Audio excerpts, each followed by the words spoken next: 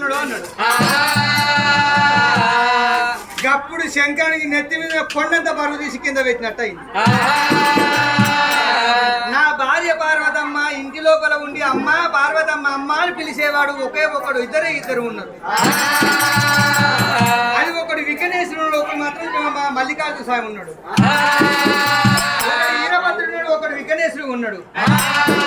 ఒకడు మాత్రం కుమారస్వామి. నలుగురు నా కొడుకులు అమ్మ అని పిలిచేవారు ఉన్నారు. పార్వతమ్మ మేడం అడుగు పెట్టేవారు నలుగురు కొడుకులే ఉన్నారు. అప్పుడు మాత్రం లోకాల శంకర్ వల్ల కొడుక మల్లికార్జున పిరికడు బండాలు చేతులు పోసుకొని వందనాలు చేసినాడు.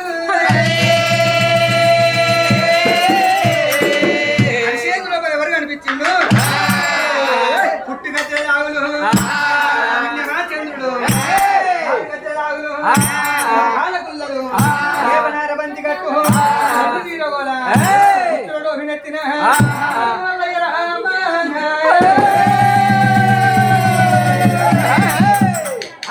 దేవుడు యాలాల గుళ్ళలో అట్టుకున్నాడు యాలలు ఆయన.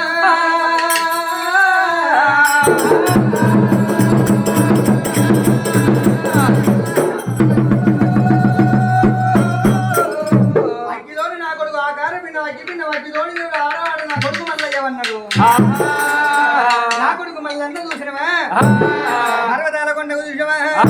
వదిలిపెట్టానా పంచాయతీ ఇళ్లకు చేర వచ్చిందని దేవతలందరినీ తీసుకొని వెళ్ళిపోదామా అని దేవదారి 9 ఎలా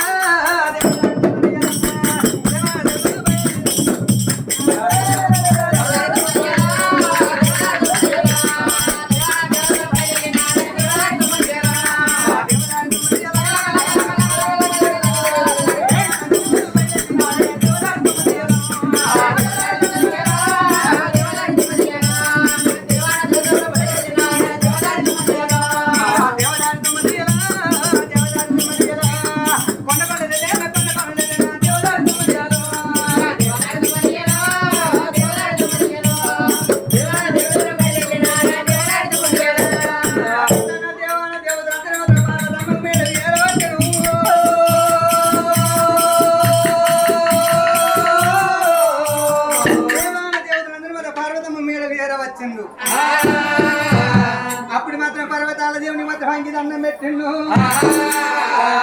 శంకరుడు మాత్రం దేవతలందరినీ వెళ్ళి పొమ్మన్నాడు. మాత్రం కన్న కొడుకు దగ్గర ఏర వచ్చిండు. పార్వతమ్మ పచ్చిపాలు పట్టుకొని చేరవచ్చి పాదాలు చేతిలో మా భగవంతుని పెట్టింది. కొడుక నీకు ఎందుకు ఏమి కష్టం వచ్చి వద్దుల కాల పెట్టినావు అని అప్పుడు అడిగిండు. భగవంతుడు ఏమన్నాడు?